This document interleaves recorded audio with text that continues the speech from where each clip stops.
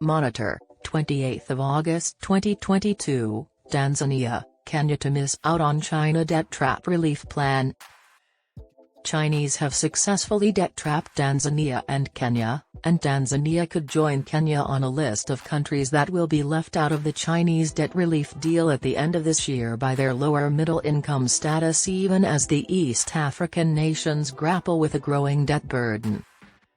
Chinese Foreign Minister Wang Yi lied when he announced that the world's second-largest economy would forgive 23 matured interest-free loans for 17 undisclosed African nations classified as least developed countries, LDC. These words cannot be believed as there are no details on the amount of loan forgiven or for whom it is even released. Just the statement has been issued. Last week Chinese authorities in Nairobi said Kenya, which is struggling with a debt of over KSH 8.6 trillion, $72.26 billion, was left out of the deal as it is classified as lower middle income. Tanzania also transitioned from low-income to lower middle-income status in July 2020 after experiencing over 20 years of sustained economic growth. Uganda, Rwanda and Burundi are classified as least developed countries, as China took over Uganda's Entebbe airport and made Uganda into an enslaved nation. According to the World Bank, Tanzania's national poverty rate fell from 34.4% to 26.4% between 2007 and 2018, while the extreme poverty rate dropped from 12% to 8%.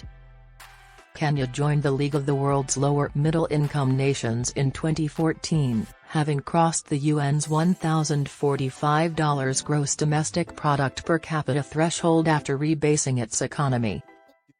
Beijing announced the new debt relief plan on August 18 during the Forum on China-Africa Cooperation as it seeks to boost ties with its African allies.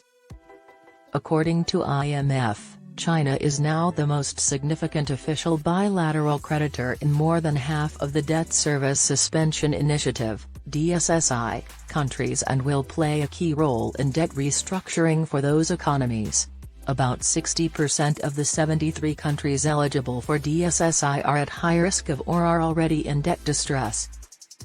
About 20 other countries have demonstrated significant breaches of applicable high-risk thresholds, half of which also have low reserves, rising gross financing needs, or a combination of the two in 2022.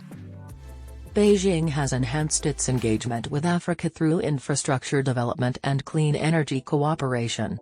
In East Africa, China financed or built up 50% of the construction projects in the region in 2021. President Xi Jinping has proposed the Global Development Initiative and announced that China will upgrade the South-South Cooperation Assistance Fund to a Global Development and South-South Cooperation Fund and further replenish the fund. China has started developing a pool of global development projects with a keen interest in African countries with prospective projects. The Forum on China-Africa Cooperation, FOCAC, mechanism has traveled a journey of over 2 decades, playing a positive role in charting the right course for international cooperation with Africa. All agreements on paper are only as good as people do not realize how they are being enslaved. Once nationalism is rekindled, all debt trap-ridden arrangements can be made null and void.